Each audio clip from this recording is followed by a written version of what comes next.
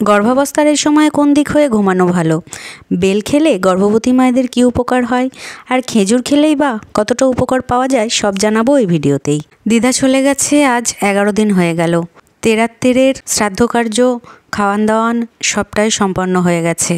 মানুষটা যে আমাদের মধ্যে নেই একথা এখনও বিশ্বাস হয় না। মনে হয় এই কিছুদিন আগেই তো আমার হিমোগ্লোবিন কমে গিয়েছিল বলে খুব চিন্তা করছিল, আমায় ফোন করে বলছিল যেগুলো খেলে রক্ত বাড়ে সেই খাবারগুলো খা। কষ্টের স্মৃতি মনে করতে চায় না, তিনি আমার কাছে আজীবন জীবন্ত।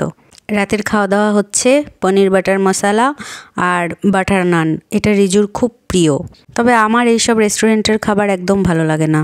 গরমের ভাব পড়তে না পড়তেই মটকা আইসক্রিম বিক্রি হওয়া শুরু হয়ে গেছে, আর এই সময় আমার এই আইসক্রিমটা এত ভালো লাগছে, যে কোনো ফ্লেভারের আইসক্রিম আমি রোজ একটা হলেও খাই। খুব ভালো লাগে আইসক্রিম একদিকে, পৃথিবীর অন্যান্য খাবার একদিকে। এবার আসি গর্ভাবস্থায় কোন দিক হয়ে ঘুমানো সবচেয়ে ভালো। সকলেই বলে থাকেন বাঁ দিক হয়ে ঘুমানো নাকি সবচেয়ে ভালো, কিন্তু আমি বাঁ দিক হয়ে বেশিক্ষণ ঘুমাতে পারি না, আমার ডান দিক হয়ে ঘুমালেই বেশি ভালো লাগে। এবার বলবো গর্ভাবস্থায় বেল খাওয়ার উপকারিতা। বেলের মধ্যে রয়েছে পটাশিয়াম, যা শরীরের তরল স্তরের ভারসাম্য বজায় রাখতে সাহায্য করে। এই সময় বেল খেলে শরীরে ইলেকট্রোলাইটের মাত্রা নিয়ন্ত্রণে থাকে। পটাশিয়ামের কারণে পেশির সংকোচন এবং শরীরে ক্র্যাম্প প্রতিরোধেও সাহায্য করে। গর্ভাবস্থায় কারো কারো কোষ্ঠকাঠিন্যের সমস্যা হয়ে থাকে, তাদের পক্ষে তো বেল খাওয়া ভীষণ উপকারী। ইচ্ছা হলে সবাই খেতে পারেন। এবার আসি খেজুর খাওয়ার কথায়। গর্ভাবস্থায় খেজুর খাওয়াও কিন্তু ভীষণ উপকারী।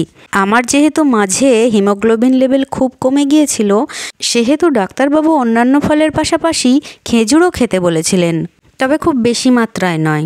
দিনের আলো থাকতে থাকতে 4-5টা খাওয়া যায়। তবে হ্যাঁ, রাস্তার ওপর খোলা অবস্থায় যে আনহাইজেনিক পদ্ধতিতে খেজুরগুলি বিক্রি হয় সেগুলোও একদমই খাওয়া উচিত নয়। আর যাদের গর্ভাবস্থায় হাই ব্লাড প্রেশার আছে তাদেরকে ডাক্তারবাবুরা খেজুর খেতে নিষেধ করেন। আবার কোনো গুরুত্বপূর্ণ টিপস নিয়ে পরবর্তী ভিডিওতে দেখা হবে। জয় মা।